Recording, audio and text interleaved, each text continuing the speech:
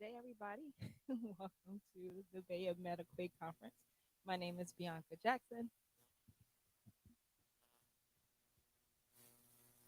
My name is Bianca Jackson, and I'm here with Sally Cherry.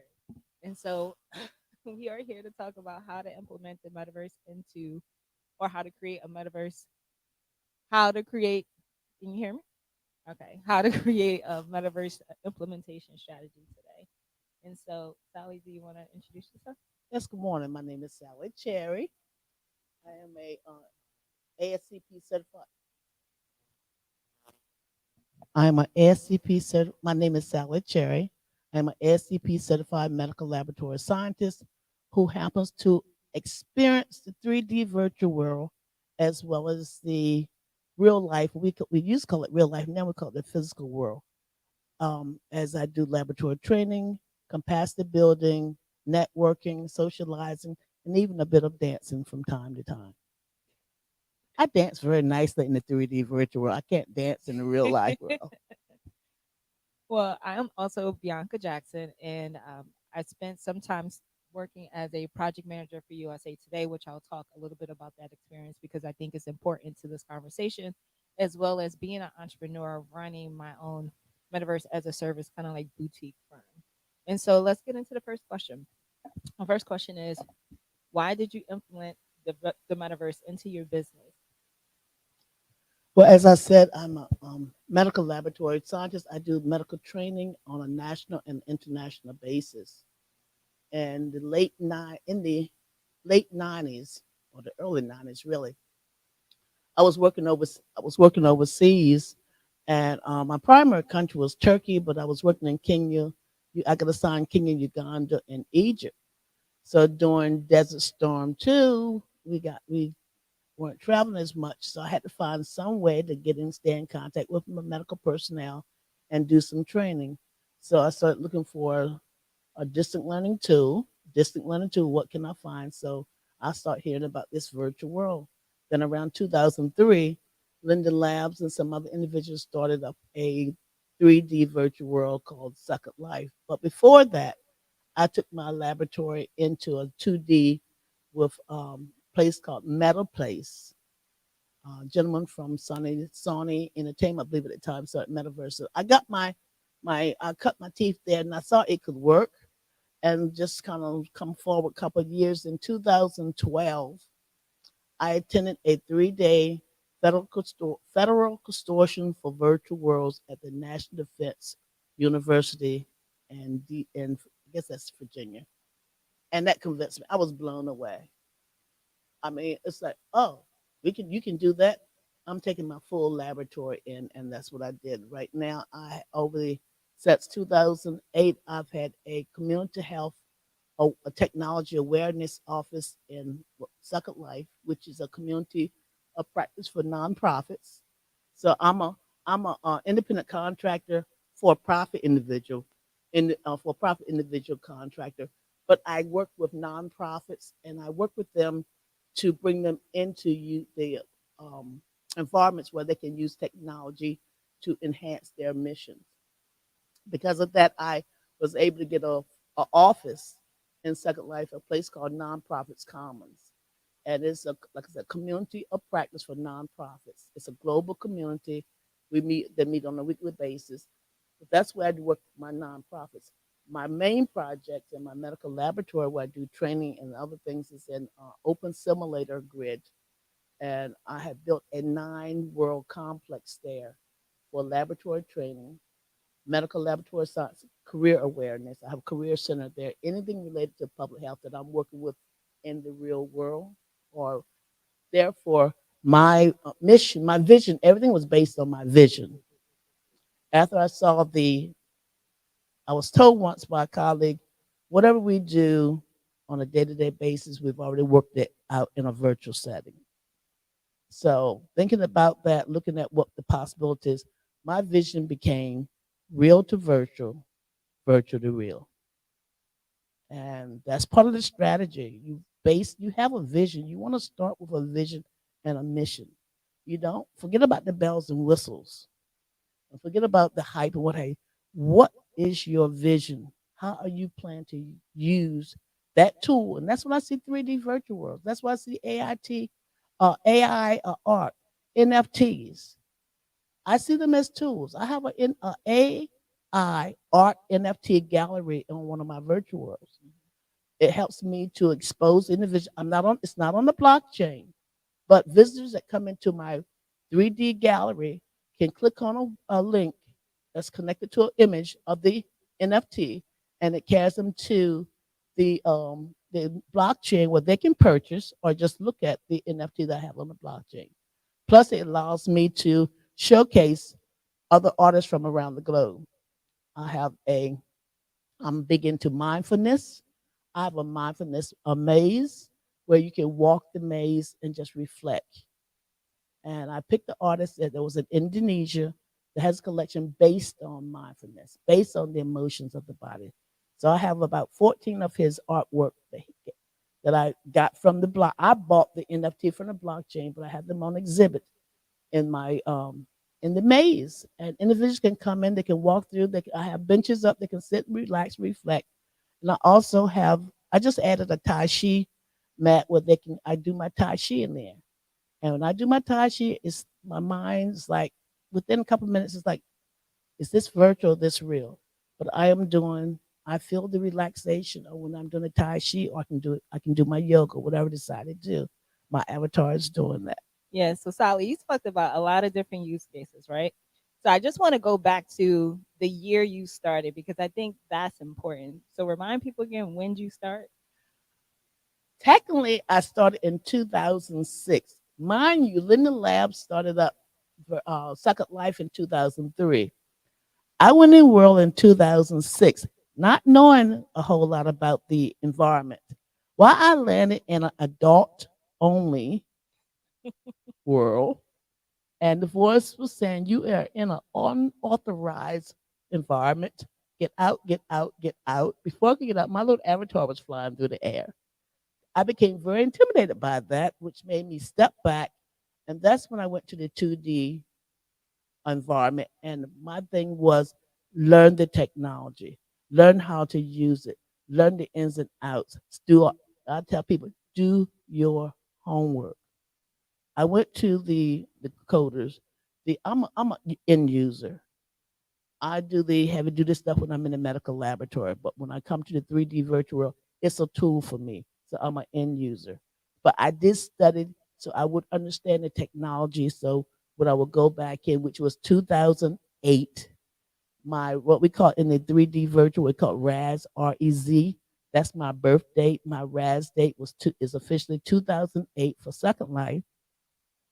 Now for the Open Simulator, my home grid is 2011, and everything is based on your RAS date. That's my RAS date. But 2008 was when everything kicked off in my 3D virtual world. And as I met individuals, my first gala, my first social event, and I think that was 2008, the American Cancer Society has been involved in the 3D virtual world, I guess, for the last 15 years as well. And they had a gala, which was one of their main fundraisers at the time. And I smiled now when I look at my little avatar because she has evolved over the years. But she had her first social event in 2008 at American Cancer Society's gala. And they have American Cancer Society has a Relay for Life event each year. This is, I think, their 15th year, and it's a very nice fundraiser for them. Yeah, I wanted to bring up the year because a lot of times people think the metaverse is new. Like they think it just started with Facebook, that Facebook is the metaverse. And so I think it's really important to have people understand that the technology is actually pretty old, over a decade. You're talking about experiences from 15 years ago, right? And so I'll talk about my USA Today experience because at the time in 2016, we were the only media company who had its own game design studio in house. And so for us, it was more of a play. We did it for research and development. And so because we had control of the resources, we could build whatever we wanted to build. And so while I was there as a project manager, we built three different products. One was just a room that leveraged our content. And so we were looking for ways to show our content in different ways than any other media company, right? So we just had a really basic room. You put up the videos and the images, and you can kind of watch them as your avatar. The second was a 3D model of the USS Eisenhower. So we actually went on the naval ship and interviewed the officers. There was time lapse video. We even had like a little helicopter that flew in the air. But everything that we learned from that first product, that second product went into the third product, which was called the Wall VR. And basically, we built a virtual world that told the story of what it would be like for migrants, basically, not even just migrants, but everybody along the US Mexico border in their stories. So we touched on endangered species, eminent domain, drugs, border control, and that particular world won a Pulitzer Prize. And so I bring all this up because there's so many different ways to implement this technology in your business, and you really need to start thinking about what you already have access to and what's your purpose of being there. You made a really great point when you talked about seeing them as tools, right? A lot of times we get into conversation. I know I'm not the only one where people say, "I want to get into the metaverse." You're like, "Well, whoa, whoa, whoa, whoa! What's the What you gonna do? right? What are you going to do there? What's the business strategy?" So let's talk a little bit about what was happening in the market at the time. Could you talk? You touched on that a little bit for why you needed to go find a virtual solution for your training. But if you could kind of go a little bit into deeper, what else was I can kind of tell you from the USA Today perspective and another perspective. When I first in 2008, what was happening? To see, you got me reflecting back That was the point. now. 2008, what was happening? I was doing training courses. I never get what really got me. I was doing a training course. I was doing a training course using a telewriter with a group of physicians based in Cairo, Egypt, and I was here in the United States.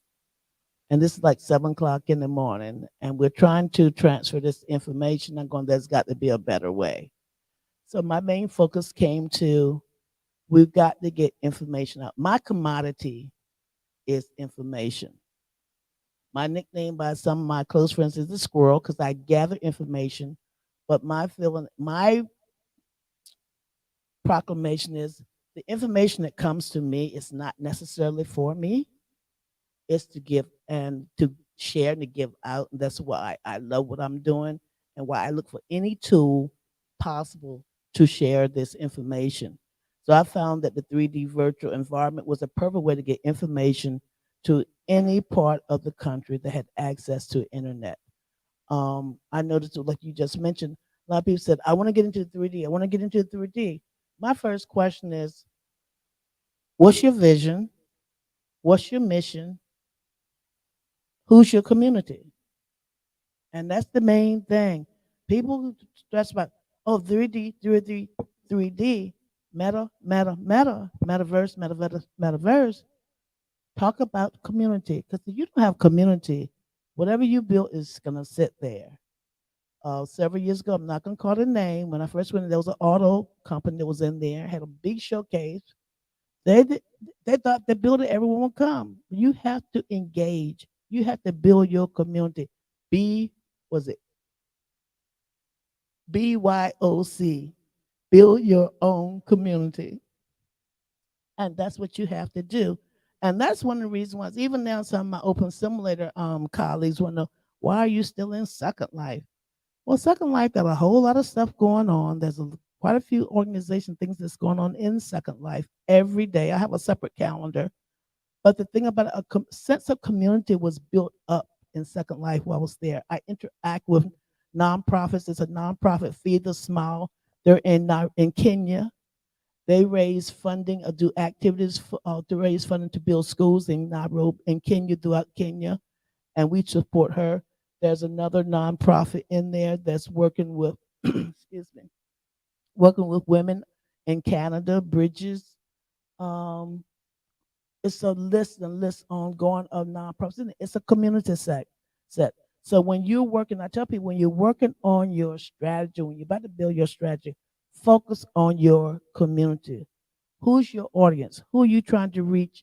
And what do you want to do? Don't just put it, oh, we got this space. Okay, how do you plan to use that space? Or you can bring your audience in. You can show your products. You can show your service. You can demonstrate what's going on. Now, a lot of people said that we were separate during COVID. We had a we never stopped in the 3D virtual world during COVID. Matter of fact, we had more visitors during COVID. I had to build another section onto my laboratory. I built a whole new built a whole new biohazard chamber in my laboratory during COVID because what I did, I built a full scale model of the SARS-CoV-2 virus, which is the causative agent of COVID-19.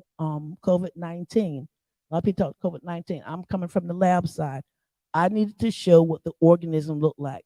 It was a 900 piece organism, prim organism, because the virus has those S protein spikes, and I wanted to show each one of those. Now we've been using Blender to cut down on the prims on that, but I say that to show how you can use, or how other scientists, we have quite a few schools in there now, how scientists can use this particular medium for during the pandemic. I was putting up information that was coming out of Centers for Disease Control about for laboratorians about biohazard, how to ship, how to handle these specimens. I had a colleague who teaches at an international school in Jakarta, Indonesia. She would send me an instant message. We can communicate back and forth. Asked me if it was okay to bring her science class through my laboratory because they wanted to see the virus close up.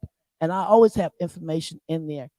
And I tell people, I put up plaques, posters, what hey, everything is linked to a real life page. So the whole idea is providing access to the information to help that organization, help that individual to move forward on their mission. No, I think that's great. Especially when you're talking about COVID and being able to show the virus to anybody around the world, but in a way that was really safe, right? And so, one of the things that we really focused on at USA Today at the time was kind of like we wanted to be the first, right? It was like space exploration for us.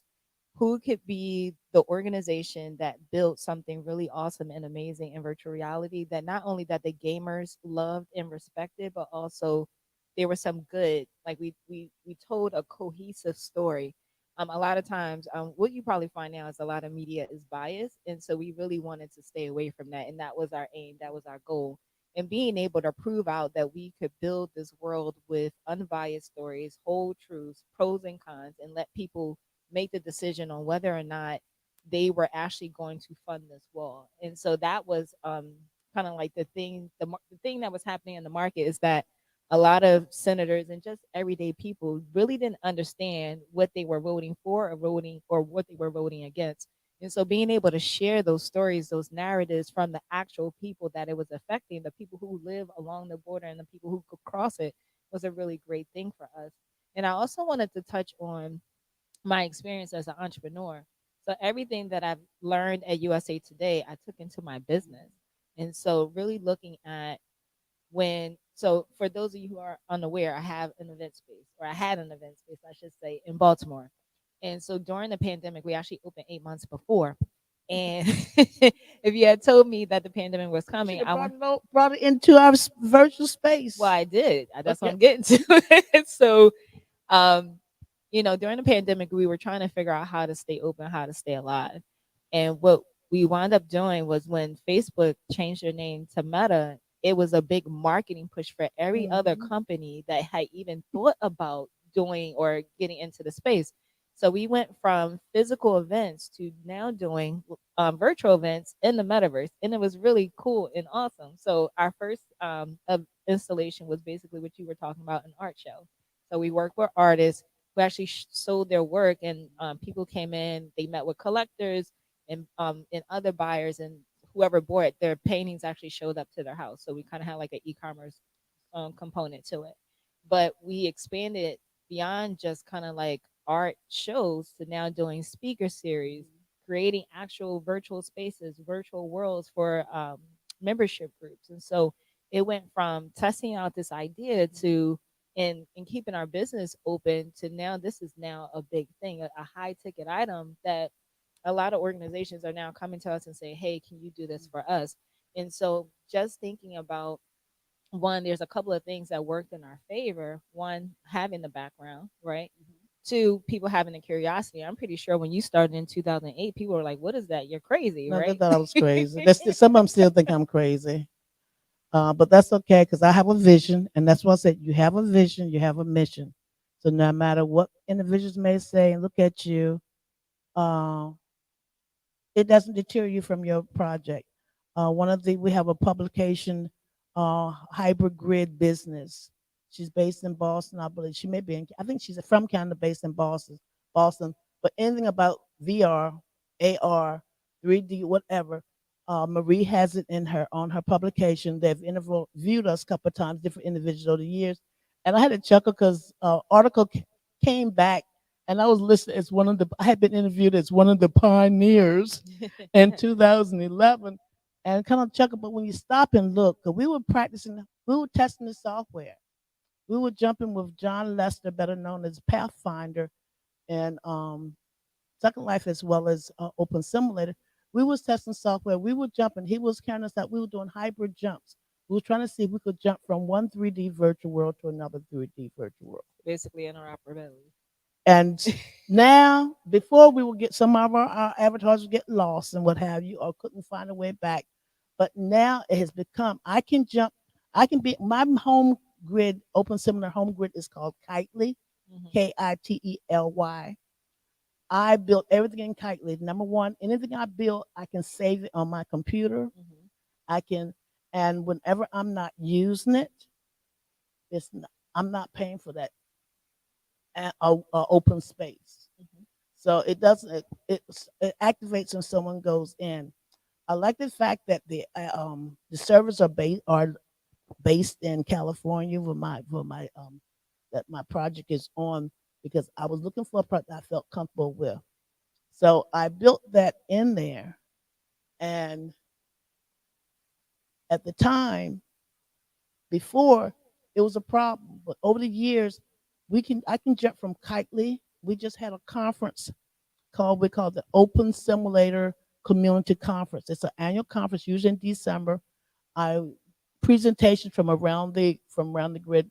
The universities, we have several universities have projects in there. Various organizations, businesses have projects in there. But we present. My avatar literally can teleport using H hybrid grid, can teleport, which is why you may see some people say hyperverse. That's what we see. We're the hyperverse sector of the metaverse. People keep saying metaverse, metaverse, metaverse without realizing there's a huge, huge community that makes up the metaverse. Some are blockchain based, some are not. Some are 3D virtual worlds, some are not. But it's all part of the metaverse, and there's a group called a Metaverse with a D on it, group that put out illustrations, and it shows that he monitors the various uh, worlds that's coming through and the technology. So he's able to give us a count how many worlds came on base, how many worlds is not online, and what have you. So, but it gives you a picture of just how vast, how diverse the metaverse really is. Yeah. So basically, an ecosystem. That's Basically, what it an is. ecosystem of neighborhoods. Even yes, and like I said, I was saying, and I'm able to jump from Kitely to OS. We call OSCC. We just had an Open Fest conference, um, Open Sims Fest conference. This is where I exhibit I call it my ShareNet creative headquarters. It's a AI gallery. Technically, I have 15 galleries, 15 different artists that's on exhibit there, and but it's all linked to their NFTs on the blockchain. But that's just one of many things you can do. But I like the fact that you can jump from world to world without losing your avatar. No, that's great. And so, kind of doing a recap of how to create your implementation strategy. We talked a lot about having a mission, having a vision, because that's important. That has to be the thing that drives you. Second, we talked about having a community. A lot of times people want to create things and like, oh, they expect people to show up. It's like, no, you already have to have your community to go in there. And then we also talked about marketing conditions, right? Because like you could be too early for whatever it is that you're building, or you could be too late. And so having those things I think are really important. Let's try to figure out, is there anything else that we can identify that will be important for anybody's implementation strategy, and just really looking at the metaverse as this is just a tool, is not the end product. Now, what I did, and I encourage people when you're doing your building your foundation, because see your project, your world as if it's in the real world. You want a strong foundation for a strong construction.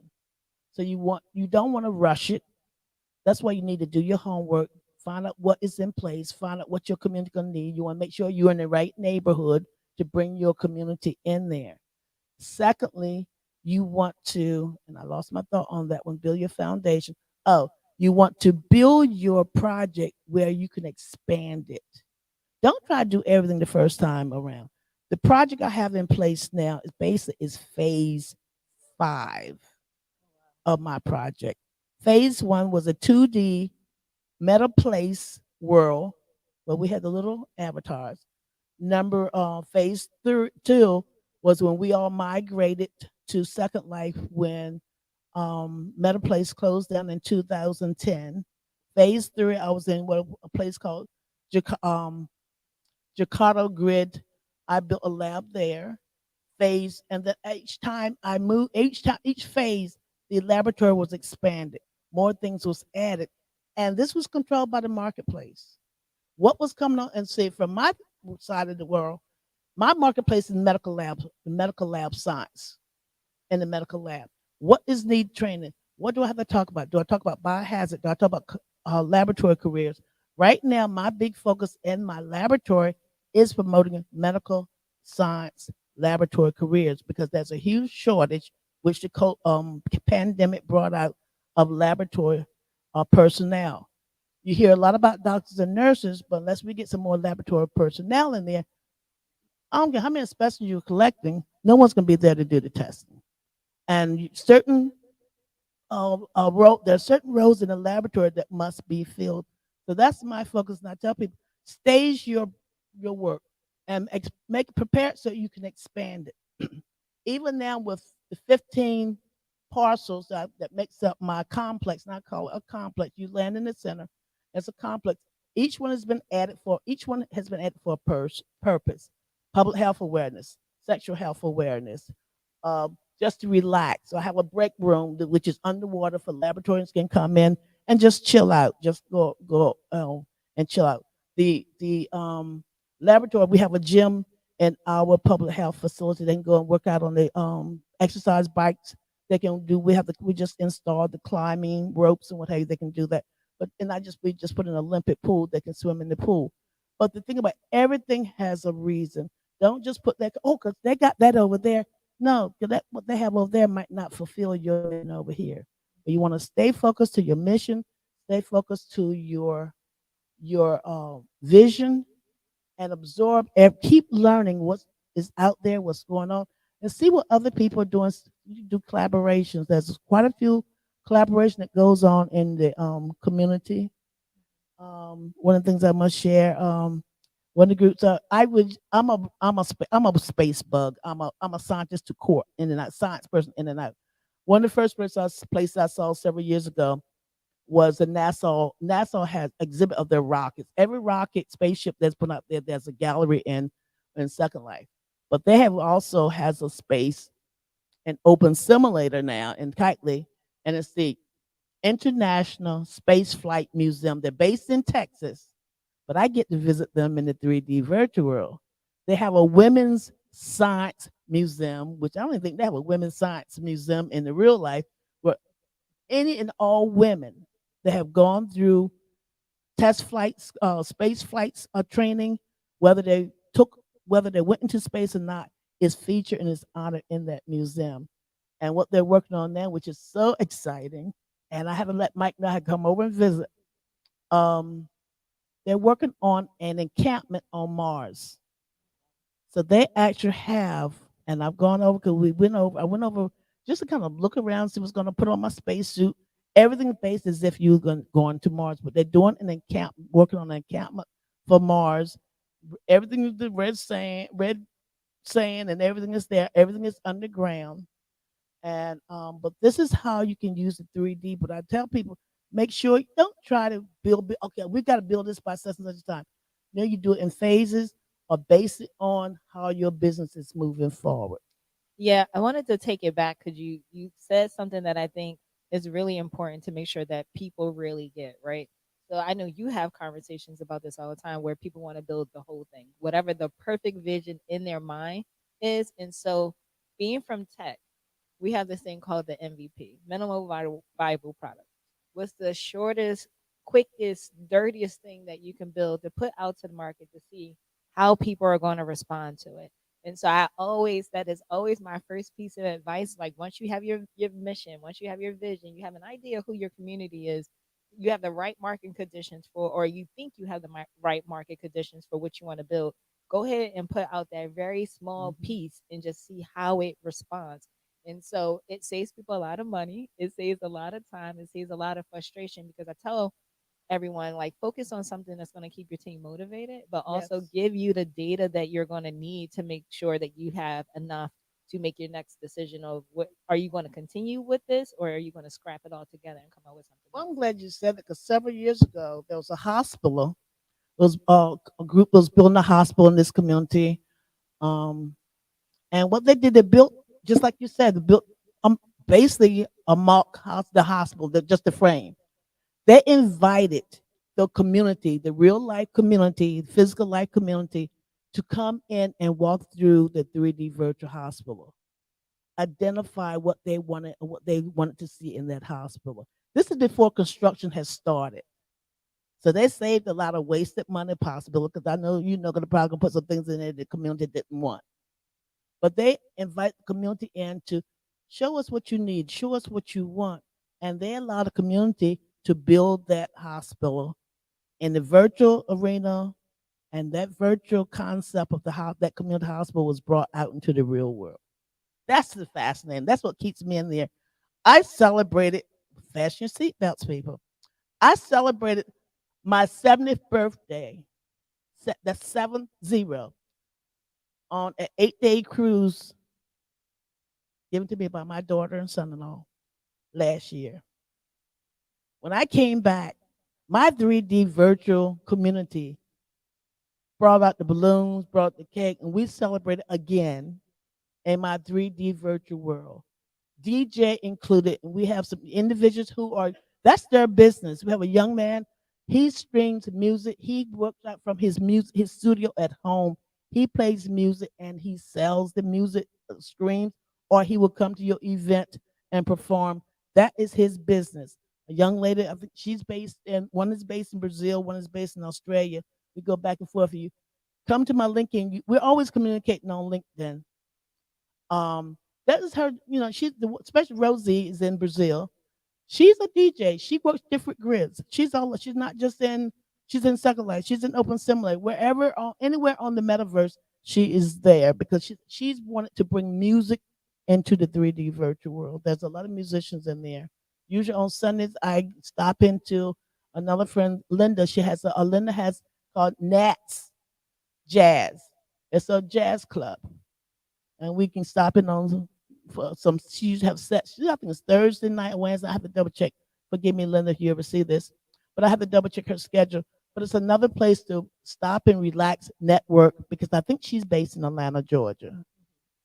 But it's just that the thing about it is have something that matches your real life vision. Have something that your community, your audience, your customers will come to. You can use it to promote your next product you're coming up, or even to test your next product that's coming up. Like I said, we have the had the auto place in there. Now I think I guess I mentioned it. A couple companies have come in there already, but they're still testing the market, and that's what you do. You don't bring all your whole basket of eggs in there. You come and you test your product, and this is a perfect place to test your product. You come and you do a poll, ask people to check it out, test it out. I have my sports cards are in there. Sports cars. I have my sports cards in there. Right now with and this is why I say you phase things in. I was very slow bringing things into the laboratory space because it's such a large space. But what we're working on now, April is Medical Laboratory Professionals Week, and I'm very passionate about that. I've been a medical laboratory scientist since 1975, but I've been in the laboratory arena since 1973. I'm celebrating my 50th year in medical laboratory science this year and my 15th year in the 3D virtual world this year. Thank you. Congratulations. I'm excited about that because we're bringing more activities into the 3D virtual world because we want to reach more laboratorians across the nation as well as the international. We're focused on that's part of my celebration this year, where we have usually have a medical laboratory week run. It's a 5K run. People can run anywhere they want. Well, guess what? This year, part of it is going to be run. We're going to run it in my 3D virtual world, which is a virtual laboratory training career center. And we're going to have a 5K in there. We're still measuring out the dimensions to make sure we run the 3.1 miles. And we're putting together a team so each person will have a leg of that run, so we will fulfill the 5K. And that's just another thing, bringing attention to the 3D virtual world. That's one of my big things. Try and get people. That's what I've been doing. Okay, I'm keep talking, keep talking. One day they'll listen. Bringing awareness to the 3D virtual world, bringing awareness to public health issues, bringing awareness to medical laboratory science, bringing awareness to the medical laboratory science career. And I must step out on the medical health issues. I'm not sure a lot of you heard about the Black ladies in public health. Well, the Black ladies in public health has a brownstone in one of my parcels where they are paying on. They're honoring the African Americans who died due to COVID that nobody was counting at the very beginning of COVID, and what the founder and CEO, Dr. Jasmine Ward, and her team started putting together. They started counting the number of Black bodies that was coming up due to COVID because nobody was counting them. And what we've set up in there, we have a whole brownstone, three-story brownstone. One is for reflection. If you've lost someone in there, because we run the video. Anything on YouTube, we can stream into our 3D environment. So anything I make up, I put on YouTube, I stream it in there. We have a place for the families or anyone who come in who want to reflect, they can just sit and reflect. It's only candles, there's quietness there. Second floor is the business office that when people want to come in and talk about things. The second one is just like a meeting area. We also have a young lady who's a two-time breast cancer survivor. She has a breast cancer awareness brownstone, and we call it the Virtual Health Coalition. It's a group I started several years ago. Anyone in the public in health is invited. They can come in, can rent a brownstone. We'll set it up for them, and we set the information up. Basically, everything we set up, it's directed back or it's linked back to their real life website. Got it. I think you touched on a lot there, right? And I It's a think lot going on it in is the a lot 3D going virtual. That's on. why I'm excited that more people are coming in, but I just want them to build that strong foundation, have a good strategy, have a plan. Don't just come in because it's the hottest thing right now. Don't go for the bells and whistles. Make sure you do your homework, and because it can really benefit. It opens up the whole world to your organization. It opens up the whole world to your mission, your your cause. Um, One thing, and I'm gonna still have to find out what happened. And this we've had President Obama was in there Oh, several years ago, but there was a project. If anyone who, I think the gentleman yesterday was talking about it, wouldn't it be nice if you had the students, blah blah blah. Anyone who's curious in this, and I'm gonna put it out there because I got introduced to it by a colleague of mine in the State Department several years ago. Cairo to Kansas, Kansas to Cairo. Search it up. President Obama in 2010 had a project, started a project, presented a project, Cairo to Kansas. I think it's Cairo to Kansas, Kansas to Cairo. Students in Cairo, students in Kansas, Kansas, United States, communicate by 3D. They work together on projects.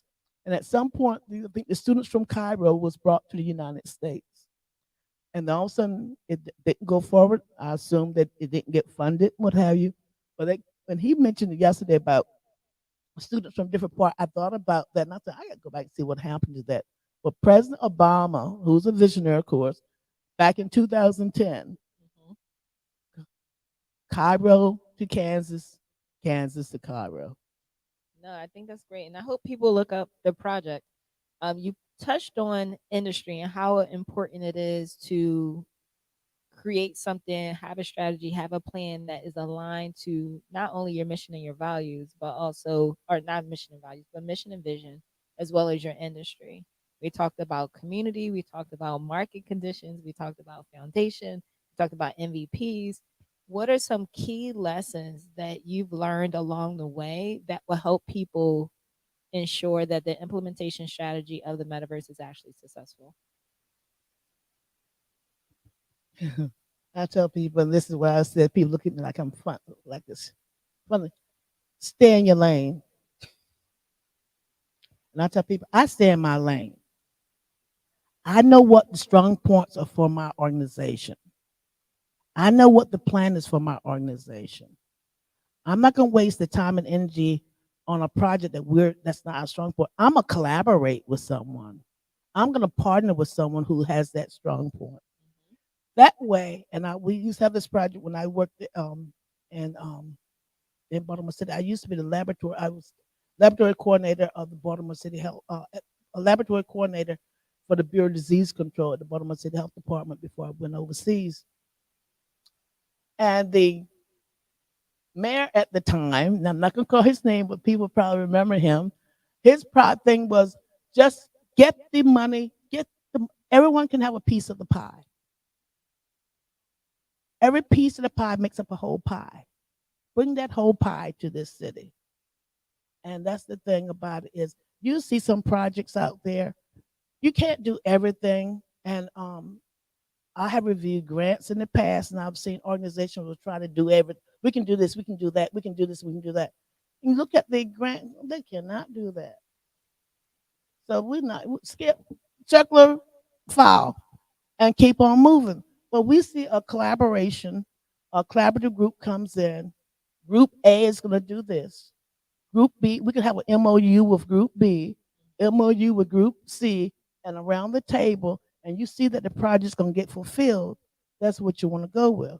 So don't try to do everything at, if you can't, if that's not your strong points. Or if you want to do everything, you make sure you bring the personnel, the expertise to do everything. But the thing about it is you want to build upon your organization. And another thing too, when you bring in another group, you've expanded your community. You've expanded audiences that have eyes on your product or your services. So that's a key thing right there. I love networking. I believe in a 3 degree of connections, and may it be real life or virtual life. You never know who's going to be placed on your path. That's one reason I like coming to. I enjoyed this conference this weekend. The individuals that have been placed on my path in real life, I cannot wait to see them in a virtual environment because I know they're going to have it going on. Because the things that their services and products that they're providing in real life are needed by another organization, individual, or group in another part of the country or even another part of the globe. So how they gonna get that information? Easiest way is using the metaverse. No, thanks for sharing that. I think for me, the key lesson I've learned along the way is making sure that your mission and your vision is bigger than your need to make the money to come from the product. I think that there's a way to do good, there's a way to have impact, but there's also a way to be profitable. But making sure those other two outweigh the amount of money you can make from a project and have that be the driver, the doing good and the impact piece will make sure that, or at least to me, will make sure that you will have a more successful implementation. And so, what I found, especially like last year, as the metaverse became this big thing that people wanted to like fall in love with. And people, when they found out what I did at USA Today and how much I had already known, I had partnerships out the wazoo, right? Everybody wanted to work with me. And at that point, like some discernment and God had to come in and just like, you know what? Let me just take my time on this, right? Mhm. Let me really fill out the partnerships. And so as you're right, when you're given the opportunity to work on a project that isn't necessarily your lane, right? Because you want to stay in your lane, but sometimes some projects are really, really interesting. But it's important to have good partners that you would want to work with. For me, this is how I look at it, way beyond just that one product, right? Like, can we build on top of this relationship to become not only business partners, but can we get to the point of being friends? That's just how I look at it. And so I'm going to say this to anyone out there who is considering pulling or putting something into the metaverse, is that whatever you're doing it for, make sure your mission and your vision is really big, because for the people who have already been in this space, we can feel it on whether you're genuine You don't about want to hear what the OGs are saying. or whether or not you really believe what you're saying out your mouth of why you're trying to do the thing versus it's a money grab, right? And so I just want to put that out there because I think it's really important. I had to turn down a lot of partnerships and potential collaborations because it just didn't feel right to me. And like I said, I explained the project that I worked on before. That project was designed to impact funding at a congressional level. That project helps set the foundation of how I look at everything moving forward. So if I'm going to do something, it has to improve the community, it has to improve people, it has to improve the environment, it has to improve something. The money is a byproduct. So I felt like I was getting all emotional about it. I'm not trying to go No, down no, that. no. Down No, that. I agree with you because I'm sitting here reflecting and thinking. Um, I think of a particular some colleagues of mine in Joplin, Missouri, the preferred family health. Back, this is one of the things that kind of caught my eye several years ago. They got a grant to do a pilot on counseling on young teenagers who were addicts. They worked on a project in a 3D virtual private island. They got the results that they wanted, and the organization that funded them came back and gave them, I think it was about $2.75 million to expand that project, but to increase the number of students, and they carried it across, had a larger volume, and it really served the purpose for those communities that those students were in. That's some of the things you want to work on. That's what are you doing to enhance the community? There's another group that, like I mentioned, the American Cancer Society. They're very, I mean, oh my goodness, they have expand. They have layered. They first started with their Relay for Life. One of the things, if I remember correctly, if I'm not correct, please forgive me. They tried to use real life vendors when they first came in. That didn't work too well, so they realized we got to come and work with the in-world vendors to be sponsors for their real Relay for Life. Worked perfectly. They've been doing this, like I said, for about 15 years now. But in addition to the Relay for Life, they also have a Christmas Expo, which is a fundraiser. They have other events, tours, which is fundraisers. They have raised a nice amount of money for real life cancer programs, survivors, or what have you. And there's other organizations. That's one of the ones that really stands out. We have, if anyone heard, 1 billion. It's a global women's awareness each year to have. I think I'm not going to have it this year. They always have a 3D virtual component of that with women around the globe. They come together for that one day. They do a synchronized dance in real life, and the avatars learn that same synchronized dance in the virtual world. And we have a whole festival to celebrate women, women around the globe, protesting against violence against women around the globe. And there's a lot of, like I said, there's a lot of activists in there, um, information awareness. But the bottom line is, how will your product, how will your service, how will your work benefit your community? What will it bring to your community? Now, I'm gonna put a shameless plea here for one of my community in Second Life, which is a community of practice for nonprofits. If you are a nonprofit, if you work for nonprofit, you want to check out Nonprofit Commons. Google it, nonprofit commons. It is will it should be nonprofitscommons.org. I'm not for sure which one, but just Google that, And what it will go to, you'll see a banner. I don't think I'm in that particular picture, but you see a banner with all these little avatars at the top. It'll say it's a community-led organization. And it'll note that we meet every Friday, East Coast time, 11:30, where we network. Someone always share a topic or we tour a project. But one reason why I mentioned that, if you are a nonprofit or a social good advocate, a consultant, or what have you, you can get a free virtual office within that space. And it would depend on your size or what you want, what have you.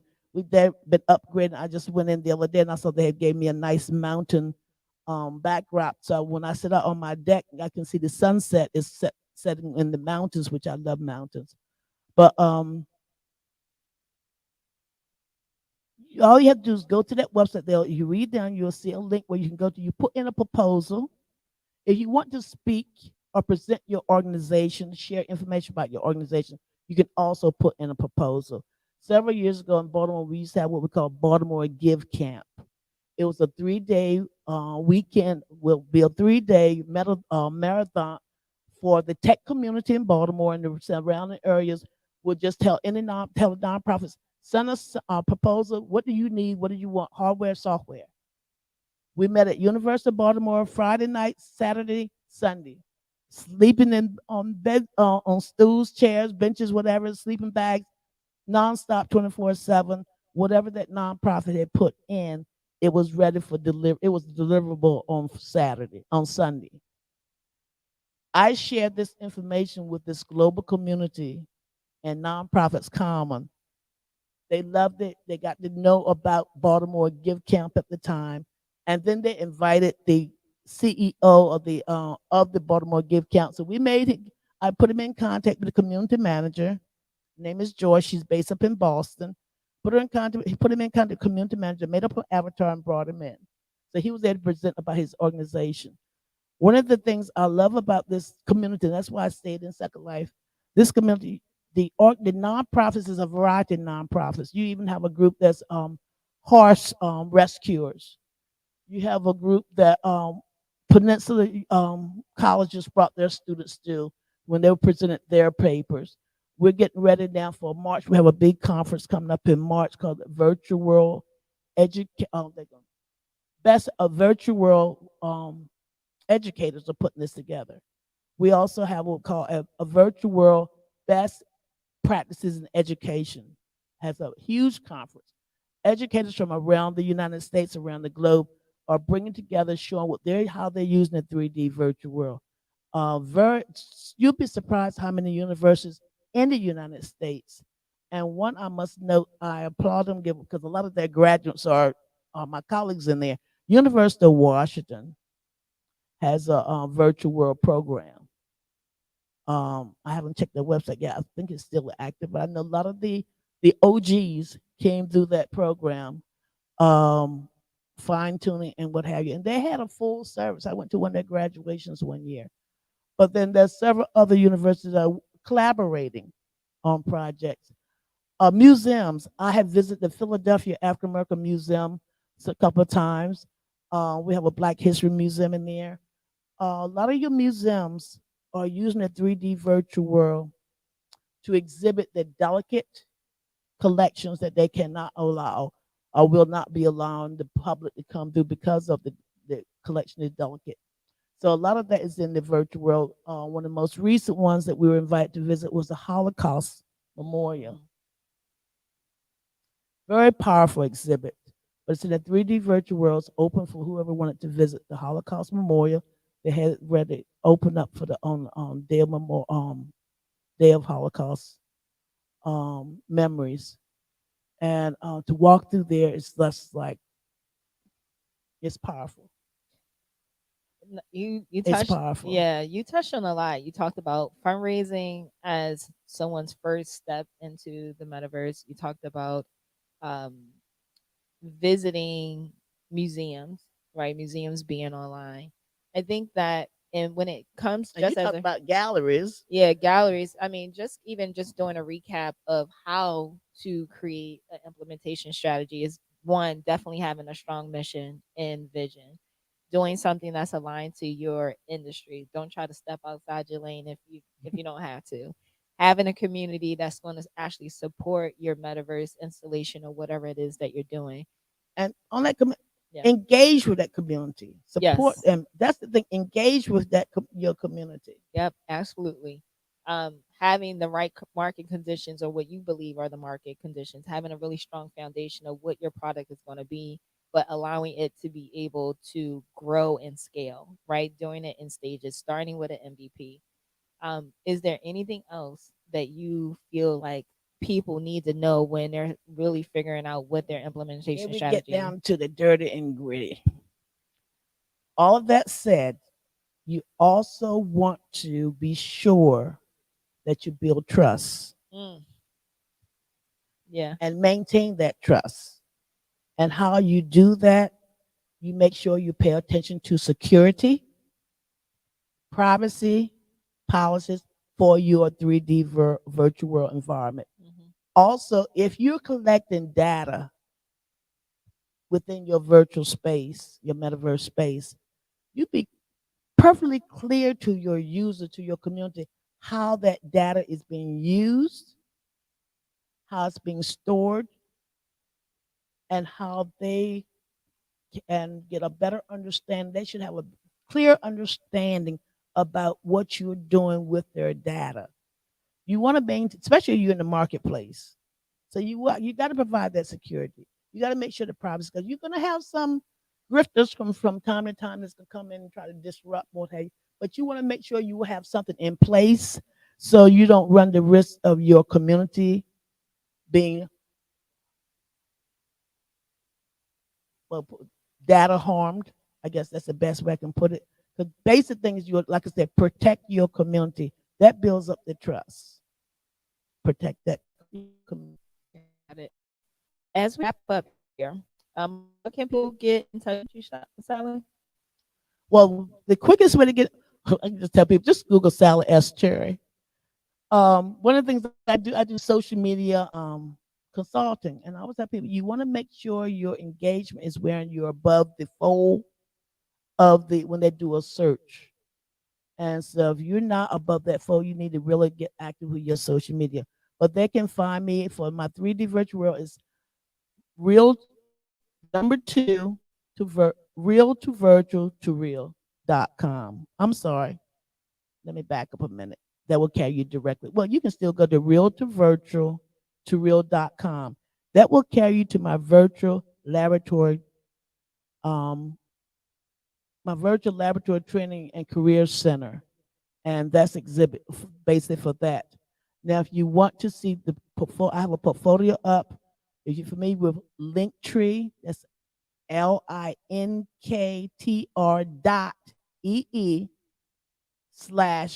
real to virtual to real. And that will carry you, basically show you a portfolio of my 3D virtual work. May it be in Second Life, may it be in Open Simulator. Plus, it also, I think I have I do, I'm not sure how many you do, Clubhouse. I have a 3D virtual group in Clubhouse there. And in the clubs like I said, I have, over the years, I built about 13 worlds into my Kitely, in my on the Kitely grid. 5 of those are private for members only or for special groups. I have a team building group in there. I have it set where it is private, so basically no one can come in and be there while the young people are doing their training and what have you. Yes.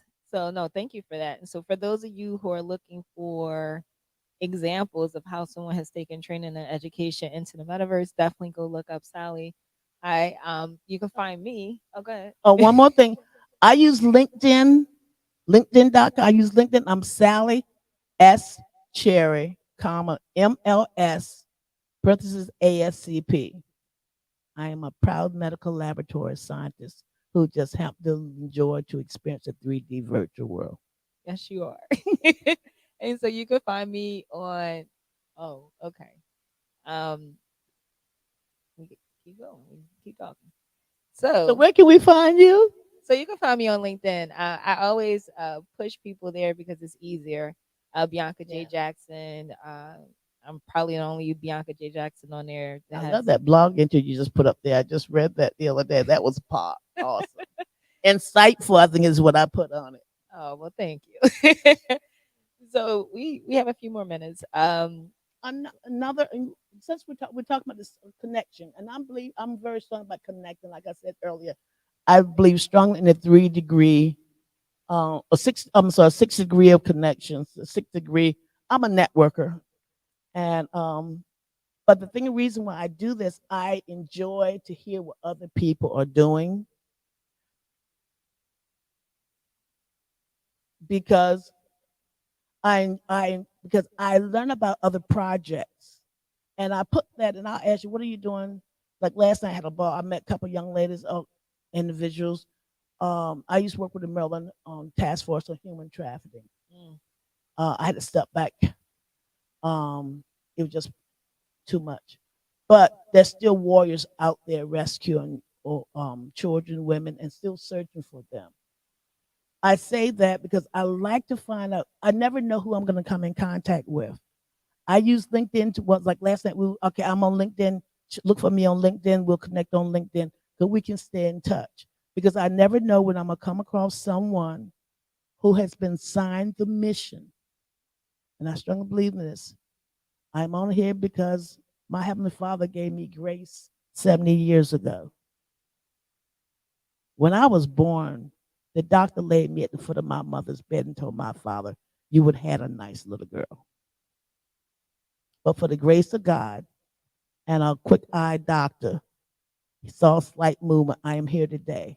So there's a rhyme and reason. The Lord said, "I place this person on your path.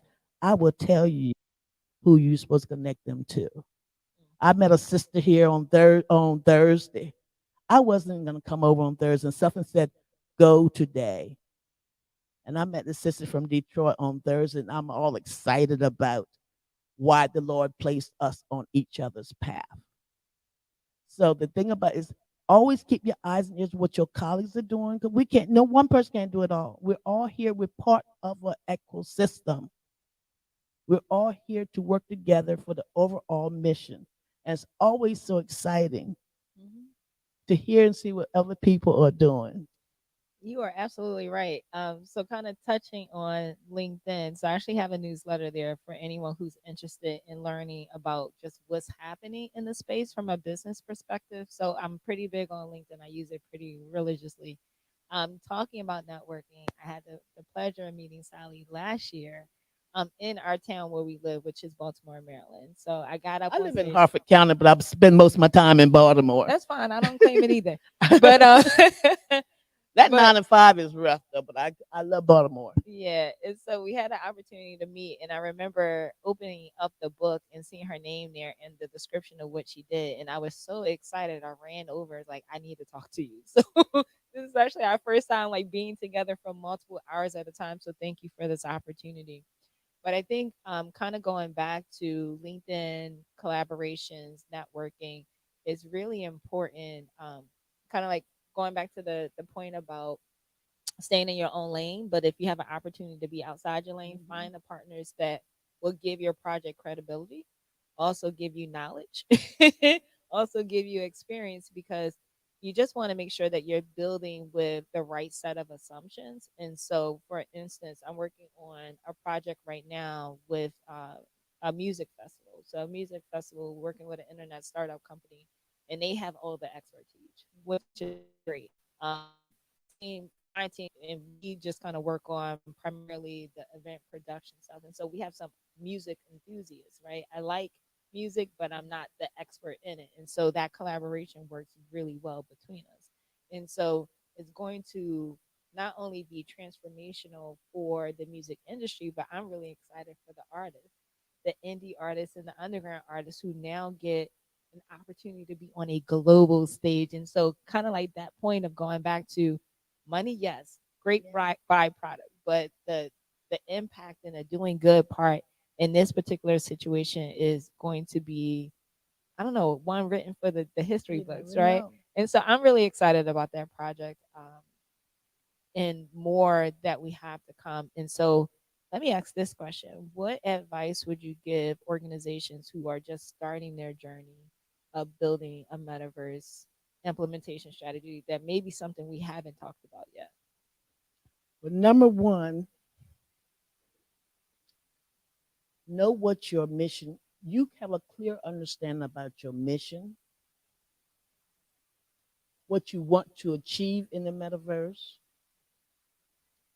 what is your current inventory, your skills, your knowledge, the technology within yourself or your team, what skills do you and your team need, how do you go about acquiring your inventory. When I came, there was no one to show this is how you do a 3D, this is how you build. I remember doing CAD and I remember doing calculus. I went back to my calculus days and okay, let's map this out because I would do a whole lot of X, Y, and Z's when you're doing building. I do most of my buildings. Some of the buildings I buy. You can buy. There are vendors and and world, and some you can even be gifted. But be willing to learn the techniques and the skills you need to acquire the necessary environment for your project. Make sure you have in-house. If you have to recruit, you may have to hire. You can even co-work, collaborate, or partnership for that need, your personnel need that you have in-house for your project. You will make sure your project has a strong foundation. So that's what I was telling people. Sit down, map out you don't have to map out a plan. Step one, step two, step three. This is what we need. This is what we want to do. And then you can go back and revise, change it, add it up, add to, turn it around. Oh, I understand that concept now. So I'm gonna include that process in here. When I first tried to build my first building, it didn't go too well. But I went to various classes that some are offered in world, some are offered on YouTube, and learned how they do that. I acquired that technique, so I'm able to do that build. We have a young man, Michael. He's matter of fact, he's with the International Science Flight Museum. He has Blender classes in world where you can learn how to use Blender software to create virtual content. I think it's on Sunday evenings. We have a Kitely calendar. If anyone you go to kitely.com, they have a calendar up there. You just come on in world and land at the Kitely Welcome Center. And we have information there with the calendar and quite a few other things. But like I said, enjoy or I'm sorry, enjoy your vision, embrace your vision, and see how you can bring your vision to your community within the 3D virtual world or within the metaverse. Oh, we got questions. Yes.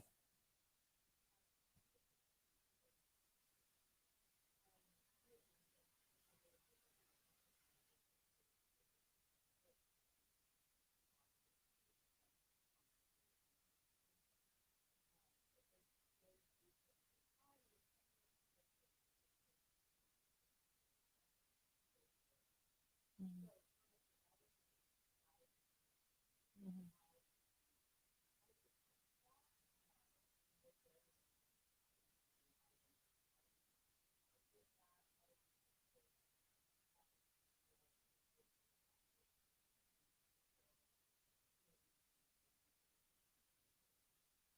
So I'm gonna jump immediately in here. So the funny thing is, I actually think the virtual fatigue is more applicable to Zoom and kind of like web conferencing platforms. What we're finding with the metaverse is games, game like environments. And so we have adrenaline, like there's colors, there's sound, like it's immersive. You're running around, you're an avatar. And so I think that it just holds your attention way better than just sitting in front of your screen and staring at somebody else. And most times people turn off their video because they don't want to be seen, right? And so I can speak from a personal experience. I remember doing my one of my first training classes inside the metaverse, and people stayed with me for 3 hours. I was completely blown away.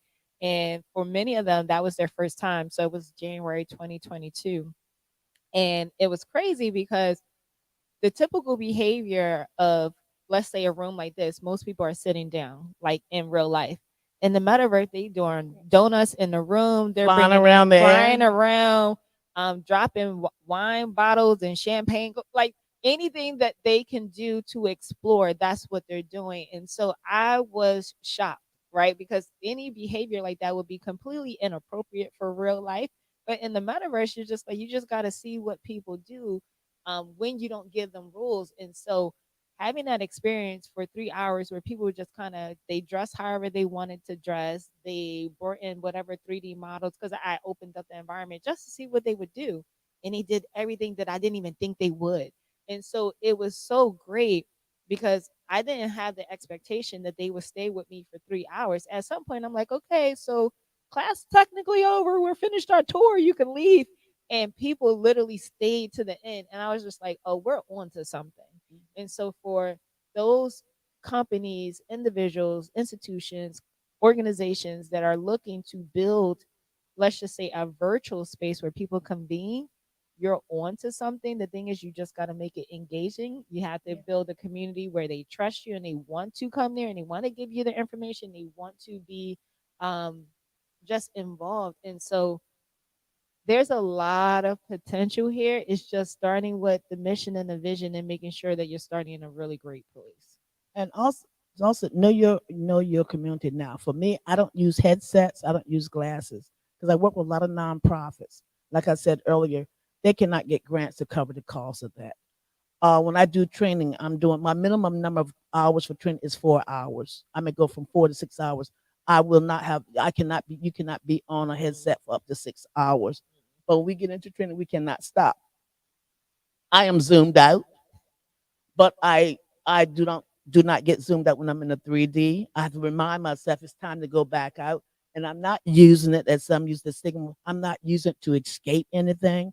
It's just that so much is going on. When I do training, I have people in there when they're have stepped away from their computer. I know because their avatar's head drops down after so many. When they're at Zoom, I did a Zoom training course some time ago, and I was like, "Where is the clinician?" This I asked the question, they did not respond. I knew they had stepped away, but it never showed up. I just from instinct knew they had stepped away. So you can walk away from a webinar, you can walk away from a Zoom, but you cannot walk away from a 3D virtual world in merged training, or your average little avatar girlfriend gonna say so. She can let them know. Her little head will drop there. Yeah, well, no, thank you for that question. So we're definitely going to wrap up, and you can find us both on LinkedIn, Sally S. Cherry, right? Yes, All Sally right, S. Cherry. only I use one. the middle, and that's another thing too. If you have a common name or you find, Google your name. How many in here has ever Googled a name? She, Google your name, do it on a regular basis, see what's connected to your name. yeah. I Google my name. There's a lot of salad chairs, but none of them look like me. So I started using this way back when I started using my middle initial. So that I can tell people, Google saladScherry.com. And I'm going to be perfectly honest. Some of the platforms you might not be able to get to me right away. Send me an IM because of my security I have up. You cannot get in right away, too. Yeah, so I have the same advice. So I didn't realize how common Bianca Jackson was. So I had to put in the J so you can find me there too. So thank you for your time and attention today. And hopefully you found this session valuable and useful.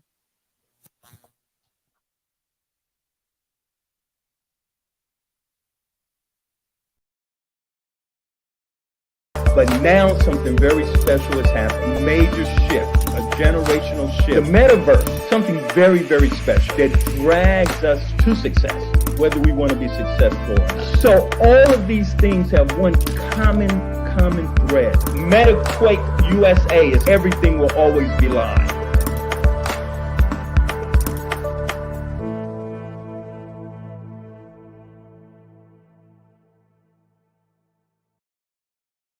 But now something very special has happened. Major shift, a generational shift. The metaverse, something very.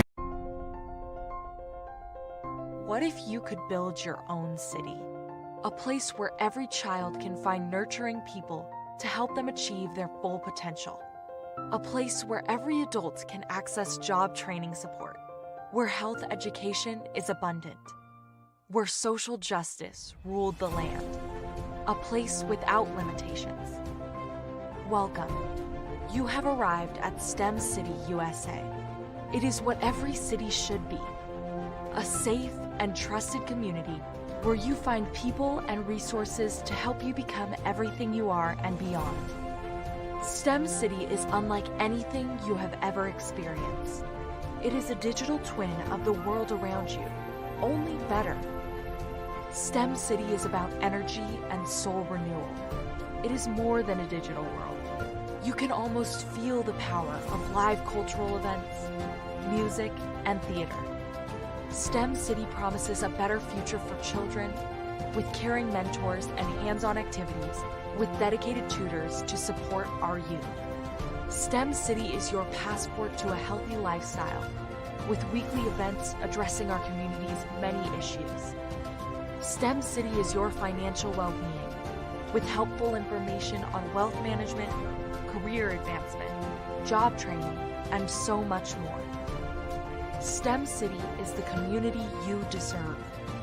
It is the city where your dreams can come true. STEM City USA, a place in the sky that is accessible to all who reach for the stars.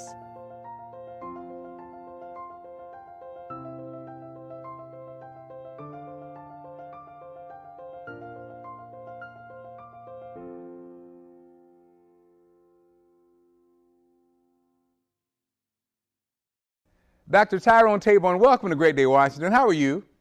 I'm doing fantastic, Mark, and thank you on this most beautiful day. Man, so Doc, okay, what is the metaverse? Imagine a movie. Right now, you're sitting there, you're watching a movie. It's passive. The metaverse is you going into the movie. So you leave your chair and you actually go into the television, on the movie screen. But here's the key. Once you're in there, you're actually making the movie in real time and interacting with other people in the movie. That creates the metaverse. It's all around you. You're in merge. You can go to it anytime and you can interact with other people all in real time. And so, Dr. Tabon, I think especially people in my generation feel like, well, that's something that's developing over here and it doesn't really impact my life.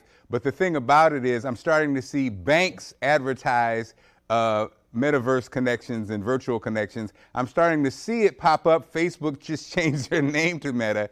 And I think it's one of those things that you can't really avoid it. And I think so that's why we wanted to have you on to talk about it, because it's coming.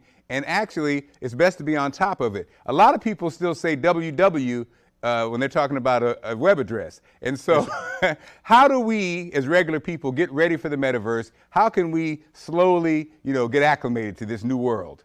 Well, Mark, let me tell you this. The first thing is to realize that what's happened in your generation and our parents' generation, change used to be slow, like a frog being in boiling water. Eventually the frog would get cooked because it never knew the temperature was going up. In our lifetime, change is radical. It's happening so quickly. So the first thing we have to understand is that change is happening right this second. The metaverse is a tear in the fiber of our society. And the reason it's happening is because of the pandemic. Without the pandemic, you would not have the metaverse happening as rapidly as it's happening. And why is that? Because of the pandemic, we had to have social closeness and physical distancing, which meant everybody is using video conferencing. And because of video conferencing, everyone is consuming knowledge in a way they weren't doing 2 years ago. Hence, new industry, new opportunities, and everybody's rushing for the metaverse. Let me tell you why this is so important. It's like the gold rush. Everybody's at the beginning. It's all equal, and whoever gets there first can win. This is exciting, but it's still, I think people will say, so what do I do? Where do I start? Where do we start? Well, the first thing to start is to begin looking at everyday applications. And what you're doing now, a metaverse is a community. So the first thing that you want to do, it depends on where you want to play in the metaverse. So let me just break it down very quickly. If you want to look at the metaverse as job opportunities, there's a lot of new programming that is going to be critical that can lead to jobs from 80,000 to up to 200,000. Unity, 3D Vista, SketchUp, all of these metaverse kind of software that needs to be developed. If you're an investor, you can start investing in things like Microsoft, Unity Software, Autodesk. Those stocks are blowing up because people are pushing toward the metaverse itself. If you're in a community and you want to create new softwares and new communities, here's a real opportunity to develop applications. So there's tons of areas from education, job training, and investment and finance. And we could spend hours on this, but I just want to tell you, those are three major avenues in which an everyday citizen can actively participate in what is happening now, the metaverse.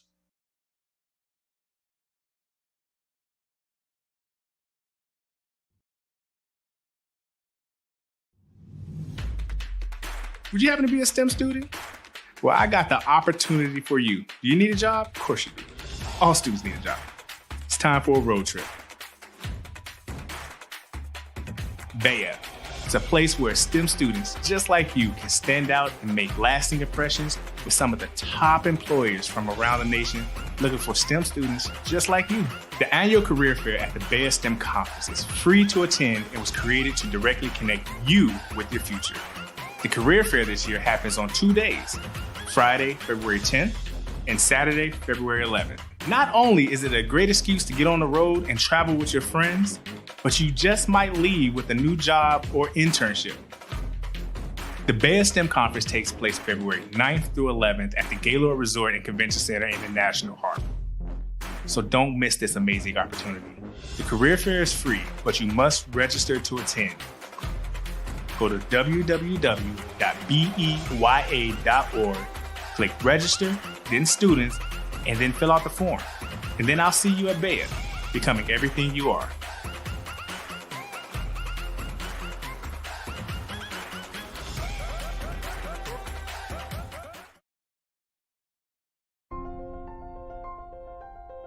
What if you could build your own city?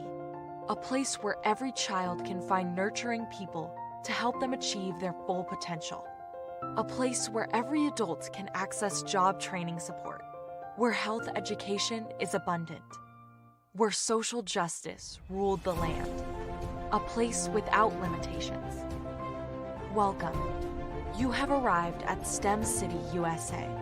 It is what every city should be. A safe and trusted community where you find people and resources to help you become everything you are and beyond. STEM City is unlike anything you have ever experienced. It is a digital twin of the world around you, only better. STEM City is about energy and soul renewal. It is more than a digital world. You can almost feel the power of live cultural events, music, and theater. STEM City promises a better future for children with caring mentors and hands-on activities with dedicated tutors to support our youth. STEM City is your passport to a healthy lifestyle with weekly events addressing our community's many issues. STEM City is your financial well-being with helpful information on wealth management, career advancement, job training, and so much more. STEM City is the community you deserve. It is the city where your dreams can come true. STEM City USA, a place in the sky that is accessible to all who reach for the stars.